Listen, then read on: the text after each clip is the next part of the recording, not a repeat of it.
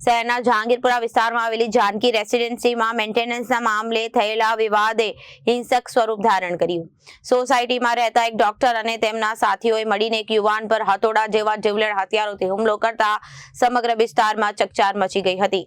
આ ઘટનાના પગલે જહાંગીરપુરા પોલીસ મથકે ફરિયાદ નોંધવામાં આવી છે.